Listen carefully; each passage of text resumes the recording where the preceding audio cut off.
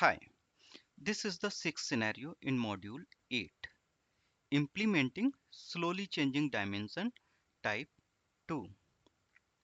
We will implement using the custom implementation and without using the slowly changing dimension transformation. So before that, let's look what types of slowly changing dimensions are available. So there are couple of type of slowly changing dimension. You can see slowly changing dimension type 0. It retains the original value. So there is no need to update or insert any value. First time the value comes and stores into the column that is retained. In slowly changing dimension type 1, overwrite value. So in this type 1, the value is overwritten whenever it changes. In slowly changing type 2, we have to add a new record to maintain the history and make the previous record obsolete using the date, start date and end date. So it has the history that for that period of time this record was active, and we will insert a new record in which we will have the start date when it was loaded, but the end date will be null. And we will also use a flag to indicate whether it is a current record or not. So something like is current, we can name the column, or is active. So whatever we want, we can have the name of the column. So in type 2, three columns are required. These are the additional columns, metadata columns. Two are the start date and end date, or active from, active to, and the flag is active or is current. In slowly changing dimension type 3, add a new attribute. So in this, a new attribute is added, something like current value and previous value. So this is how the history is maintained. In slowly changing type 4, a new history table is used. So we creates a table and we maintains the history of the changing attribute and we traces.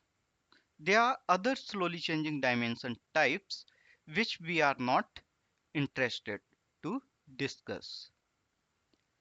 And in this scenario, we will implement the slowly changing dimension type 2, adding a new record to maintain a history with three columns: start date, end date, and is current flag column. Because the slowly changing dimension type 2 is widely used in data warehousing. Mostly the data warehouse architect prefer to implement slowly changing dimension on all attributes of that dimension. So it avoids the complexity and implements it in a pattern manner. So let's jump into the demonstration. So let's see. First, see what is the source for this slowly changing dimension. We will have a customers table in the source database, and it has many columns, and customer ID is a identity and the primary key also. So we will use the customer ID as a PK, right? And there are several columns like first name, last name, address, zips code, city, phone number, email. And for now, in this table, we have 18 records. Okay. And we will create a dimension like dim customer in our destination database. So this is the syntax or the command of creating the dimension. So we have a surrogate key here, customer key int, and that is identity. And we have actual columns of the table. Customer ID we have in source, first name, last name from source, zip code it is also available in source, city it is available in source, phone number we have this also in source. In source we have additional address and email ID. So we are not interested in these columns to prepare the dimension. This is just for demonstration purpose. This is not the actual implementation. And also we have three metadata columns: start date, date time, end date of date time, is current of wit. And we have the PK on customer ID and start date. Because we will maintain the history, so we could not have the PK on this customer ID itself, because there will be multiple records for a customer ID. So we have to use the start date also. Okay. And for now, let's see, do we have any data? So it is empty. Okay. And let's see the package. I have already prepared this package, and we have the data flow task. And inside data flow task, we have couple of source, transformations, and final destination. So let's go one by one. So this is the ADO.NET source. We have used this query to retrieve the data from the source database. This is the query. So it is just reading the data from the source. You can see there were 18 records, and these are the 18 records. Because our source has 18 records for now, and we are reading these 18 records. We are providing the column names explicitly which we are interested. Okay, so let me show you the columns. We have these columns in this read customers. Then we have the derived column. To derive some columns like start date. So start date, we have taken this system variable start date, and each current flag. Each current flag is prepared using the false as bool type. Let's see in the dimension table, we have this each current of width type, and we also have this constant on this uh, dim customer to add a default value as true. So whenever a record will be inserted, it will be the current record. But to mark the inactive or previous record, we have to use another flag to set it false. So we have prepared this flag here using the false bool. We will use these columns further in the pipeline. So we have this. Next we have this lookup transformation, and this is lookup existing customer ID. So we are reading the customers from source, and we will check the customer ID in our dim customer table. So we have used this command select customer ID from DBO dim customer. We will look up this customer ID. In columns, we have this customer ID to customer ID. Okay. And if this record matches, then we will check the other attributes. Otherwise, look up no match output. I have configured this using specify how to handle rows with no matching entries. So if there are new records which are not matching or doesn't exist in the destination dim dimension, then we will redirect to no match output. So this is lookup no match output. You can see here we have used the full cache OLEDB connection manager in lookup transformation. And inside the connection, we have used the destination OLEDB connection and use this query to retrieve the customer ID only. And we are uh, referencing matching customer ID with customer ID.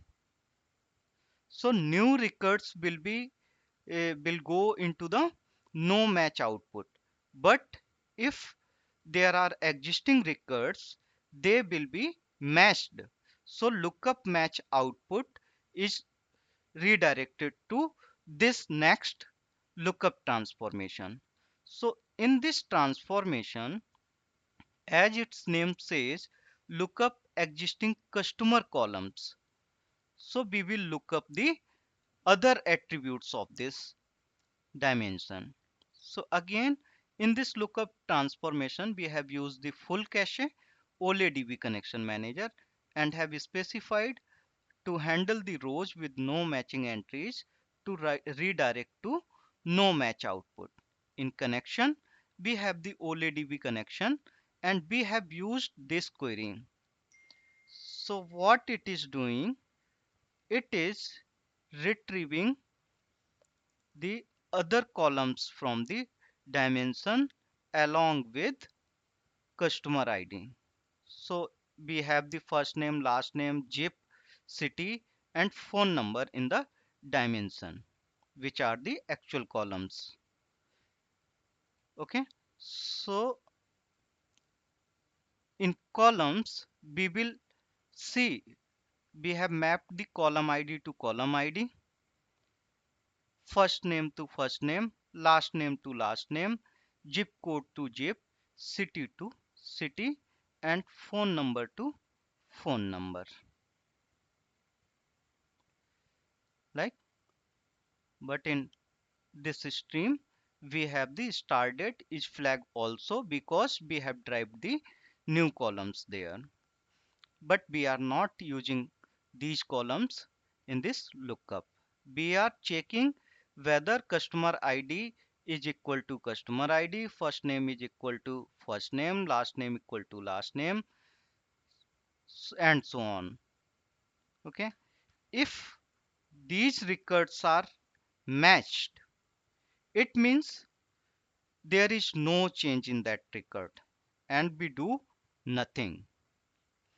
But if they are not matching, then we have to update and record. And what we have to update the table and set and date. So that record will be inactive from now, and each current will be updated because each current, this record is not current, where the customer ID, and we will map these parameters. So this is the OLEDB command, and we have used the OLEDB connection. And in OLEDB connection, we have to use the question marks for parameters and their ordinal position from left to right or top to bottom is used. So AND date is our 0 index, each current is at 1, and customer ID is at 2. So let's map these columns. So in column mapping, we have mapped the parameter 0 with start date because this is the first. We will set the start date as the end date, and each current is the parameter 1. So we have used this each current flag, which is false, and the last parameter param 2 is customer ID. So we have mapped these parameters. Let's one more time. We have AND date, each current, and the customer ID 0 1 2, and 0 1 2 parameters, and the start date will be set for AND date, and each current flag for each current, and customer ID for customer. So this is how we can configure this OLEDB command. Okay, and after updating this command,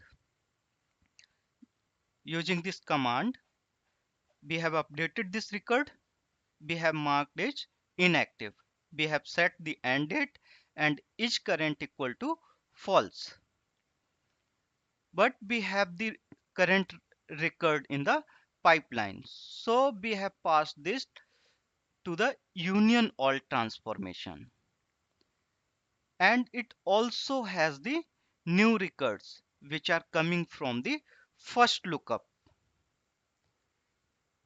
First lookup, no match output, which were the new records, and the existing records from which are coming from the second lookup and OLEDB command. So we have all the records in union now. You can see we are having all these columns, and then we will insert into the destination. So what will be the output? Output will be that new records will be inserted here, which are coming from the first lookup and union all transformation, and the existing record that we have modified, okay, to mark inactive record. They are also there in the pipeline, and they will also be inserted. So to insert, we have to choose the destination dim dimension dim customer table, and inside the mapping, the customer key, which is identity, so we have ignored it. Customer ID is mapped first name, last name, zip, city, phone number, and start date, all are mapped, but we are leaving the empty or ignoring the end date because our end date should be null to say that this record is active from that date, but it has not been made inactive. So for active record, the end date will be null, and the each current will be the default value, which is true. You can see we had default value. If we would not had, then we should have created this also in the derived column, but we have this to handle in SQL itself. So that's why we are ignoring this. So we have ignored the customer key, which is surrogate key or auto identity, and we have ignored the end date. So that will be the null, because in dim dimension it is marked as end date, date time, null, and start date is not null. So we have start date mapping there, and the start date was derived using the derived column, which is the start date of system variable and the start date of package. So this is how the records will be inserted. So let's execute this package.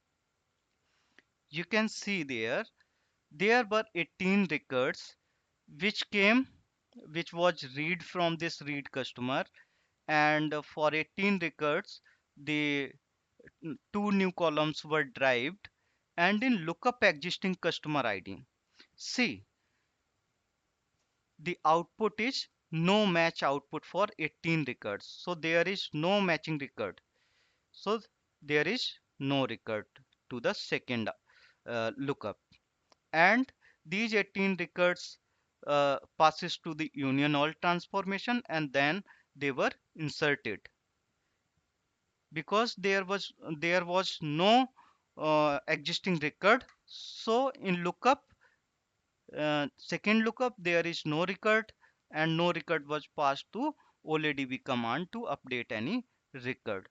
So first time it has inserted all the 18 records.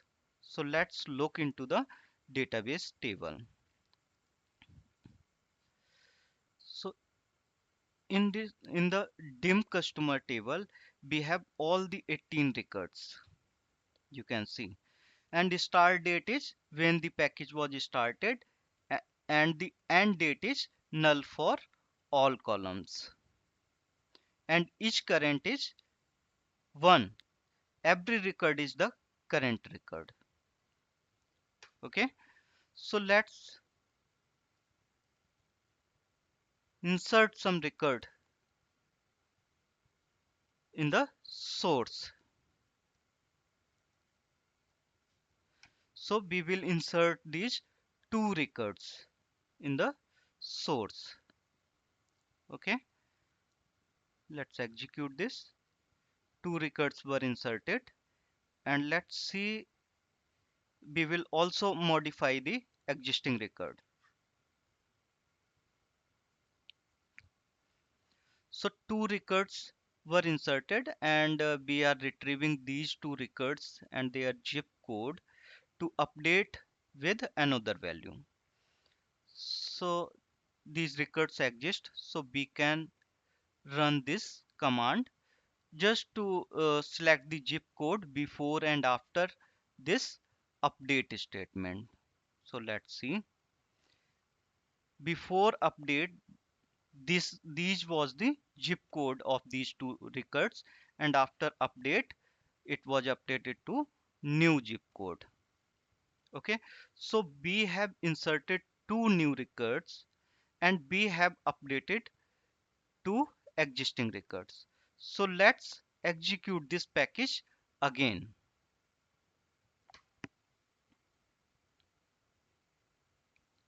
Now see, in the source there are 20 records now, because previously there were 18 records and we inserted two new records.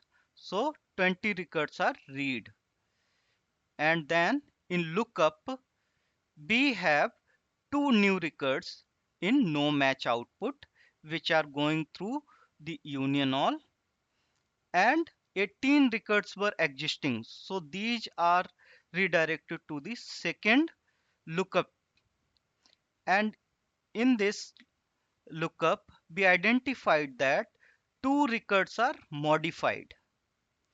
So they are going through the oledb command, and it updates those two records, and these two records are passed to the union all transformation. So now it has the four records to insert. In oledb command, two records were updated with by updating the and date and each current flag. So we will see in the database table, and these two records were passed to the union all. So now we have the four records to be inserted. Okay, so now let's see in the database. Let's see all the records first. We have now 22 records because previously there were 18 records and two records were inserted. So 18 plus 2 20, and two records were modified and inserted with new values. So 20 plus 2 22. Let's see. Let's see the inactive customer IDs which were made inactive. So two records were made inactive, and let's see whether they have the new entries or not. So you can see I have used the same query 1007 and 1011, and there are these four records.